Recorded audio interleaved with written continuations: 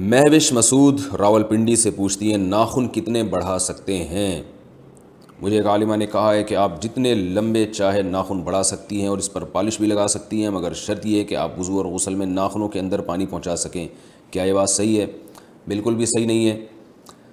جیسے کہتے ہیں نا کہ نیم حکیم خطرہ جان تو نیم عالمہ خطرہ ایمان والی بات ہے۔ یہ رسول اللہ صلی اللہ علیہ وسلم نے صحیح حدیث میں ناخنوں کو اور جو غیر ضروری بال ہیں ان کو کاٹنے کا حکم دیا ہے، اور یہ تغییر خلق اللہ بھی ہے۔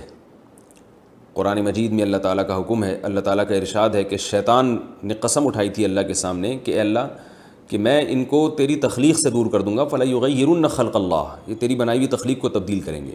تو انسان کی جو اللہ نے نیچر بنائی ہے وہ ناخنوں کو کاٹنا اور غیر ضروری بالوں کو چھوٹا کرنا۔ رسول اللہ صلی اللہ علیہ وسلم نے ارشاد فرمایا 10 چیزیں پیغمبروں کی فطرت ہیں، پیغمبروں کی سنت ہیں، اور ایک حدیث میں یہ بھی آتا ہے کہ یہ خصال فطرت میں سے ہیں، یعنی نیچر میں سے ہیں۔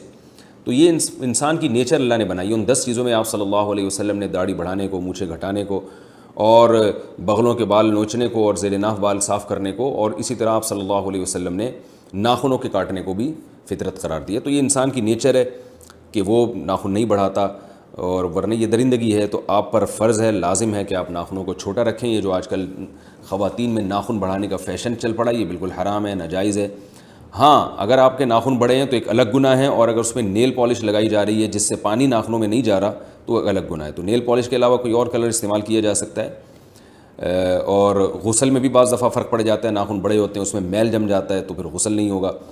تو لیکن اگر کوئی ان تمام چیزوں کا خیال کرے، کوئی خاتون ناخن بڑے ہوئے ہوں پھر بھی وہ صفائی کا اہتمام کریں کہ تاکہ غسل بھی ہو سکے اور ان کے اندر میل بھی نہ جمع ہونے دیں، اور ایسی پالش بھی استعمال نہ کریں جو پانی سے رکاوٹ بنتی ہے، اس کے باوجود بھی ناخن بڑھانا ناجائز ہے، حرام ہے۔ تو ناخن چھوٹے ہی رکھنے پڑیں گے۔